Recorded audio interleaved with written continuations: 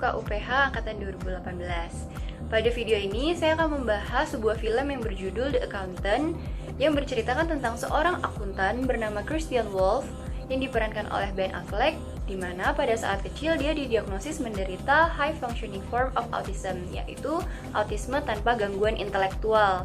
Autisme sendiri merupakan gangguan perkembangan yang ditandai dengan adanya kesulitan interaksi sosial, komunikasi, kemampuan berperilaku, dan juga suka mengulang perilaku yang sama.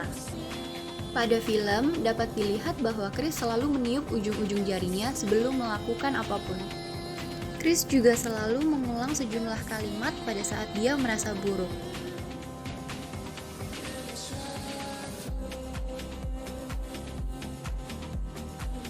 Kemudian, ibu Chris yang kewalahan dalam menghadapi autisme Chris pergi meninggalkan keluarganya.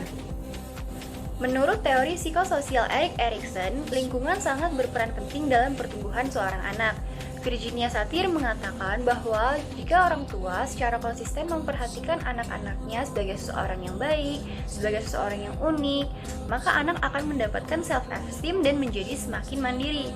Namun, dalam film ini, dengan perginya ibu Chris membuat Chris menjadi tidak memiliki self-esteem dan tidak berani untuk menghadapi orang lain atau teman-temannya. Dengan adanya ayah Chris yang terus memperhatikan Chris sebagai seseorang yang unik, akhirnya Chris bisa memiliki keberanian. Hal ini juga berpengaruh terhadap pertumbuhan dan perkembangan Chris hingga Chris dewasa dan menjadi seorang akuntan. Teori Erik Erikson ini mirip dengan teori anxiety Karen Horney, di mana lingkungan, terutama lingkungan keluarga, sangat mempengaruhi perkembangan individu.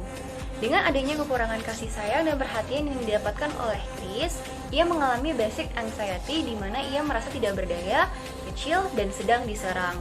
Hal ini berlanjut hingga saat dewasa, ia mengalami neurotic defense moving away from people. Ia menghadapi masalah dengan mengisolasi diri, takut membuat kesalahan sebelum akhirnya ia berani menghadapi masalah itu. Selain itu, John Bowlby mengatakan bahwa relationship atau attachment juga sangat penting dalam perkembangan seseorang. Dengan adanya hubungan yang tidak baik antara ibu Chris dengan Chris, maka terjadi attachment yang tidak terpenuhi atau gagal, sehingga muncul sikap defensif dari Chris. Chris memang seorang akuntan yang hebat. Ia bisa bekerja sama dengan banyak orang, namun itu hanya untuk memenuhi kebutuhannya. Di luar itu, ia tidak memiliki emotional intelligence yang baik, tidak memiliki keterampilan sosial yang baik. Ia sulit untuk menjalin hubungan sosial dengan orang baru dan tentunya untuk bertatapan mata dan berkomunikasi dengan mereka.